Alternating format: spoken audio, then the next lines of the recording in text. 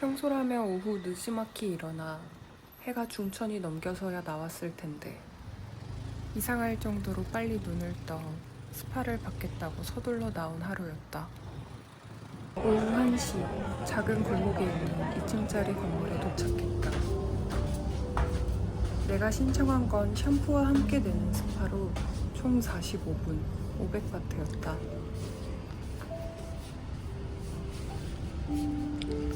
평일 오후라 그런지 손님은 많았다. 그렇게 한가롭게 스파를 받던 중 갑자기 마사지 베드가 흔들리는 걸 느꼈다. 처음엔 그냥 이분이 힘이 좋은 줄 알았다. 설마 지진인가 했지만 지진이면 재난 문자가 왔을 거라 생각했다. 아무것도 오지 않았다. 그때 아래층에서 직원분들이 뛰어 올라오셨다.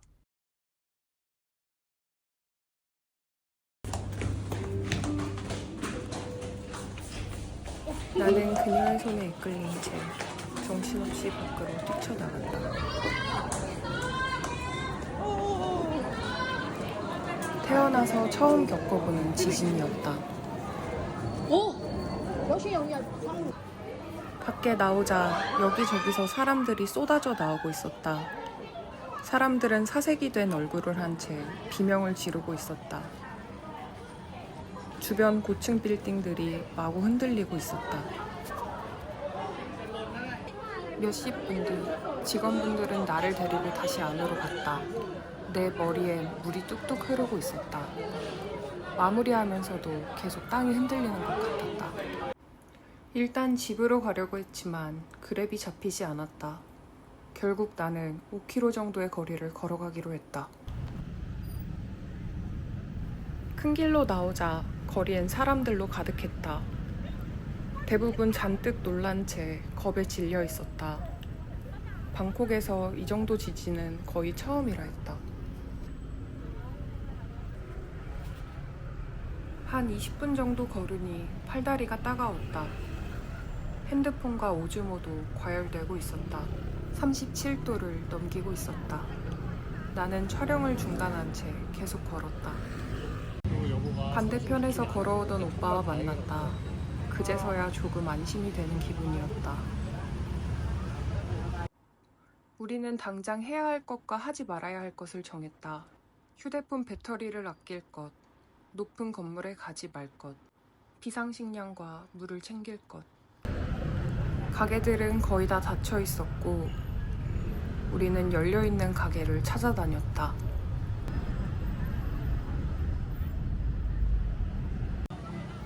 그리곤 갈만한 대피 장소를 찾아다녔다. 근처에 있는 사원이었다. 상황이 안정되면 간단하게 짐을 챙겨 방콕 외곽에 있는 친구네에 가기로 했다. 여진이 없다 해도 아무런 정보를 못 받으며 36층에 있는 숙소에서 자는 건 위험했다. 3시간 뒤 우리는 일단 숙소로 돌아가 보기로 했다. 건물에 도착하자 이곳에도 떨어진 잔해들이 널브러져 있었다. 사람들도 많았다. 속옷만 입은 사람, 반려동물을 안고 있는 사람, 오며 가며 눈인사를 하던 사람들도 있었다. 모두 지친 얼굴이었다. จะไปที่บ้านไทยไหมได้ค่ะตอนนี้ได้ค่ะขอบคุณค่ะรอลิฟต์นะคะขอบคุณค่ะ 얼마 뒤 관리인분 통제하에 잠시 방에 갈 수 있었다. 올라가기 전 명단을 작성하고 5분 내로 돌아오는 조건이었다.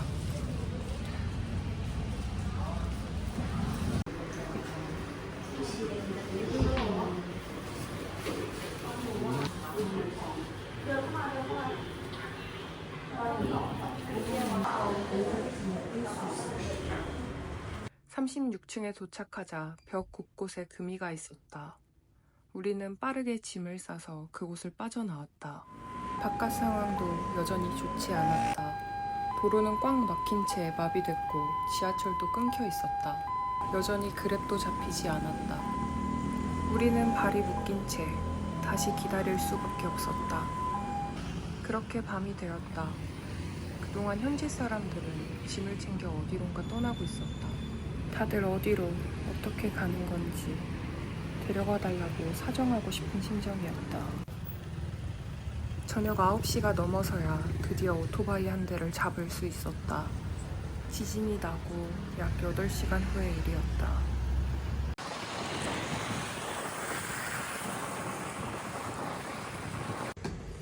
친구네 집에 도착하자 두 다리가 풀렸다. 아니, 무너졌단 표현이 더 어울릴지도 모르겠다. 태어나서 처음 겪어보는 지진이었다. 언제, 어디서 다시 일어날지 모른다는 공포가 하루 종일 따라다녔다. 당연하게 누리던 것들이 사라지고 작은 선택 하나도 신중하게 고민해야 했다. 너무 길고 어두운 하루였다.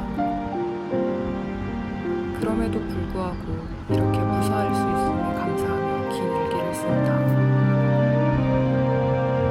내일은 모두의 일상에 평온이 깃들 수 있기를.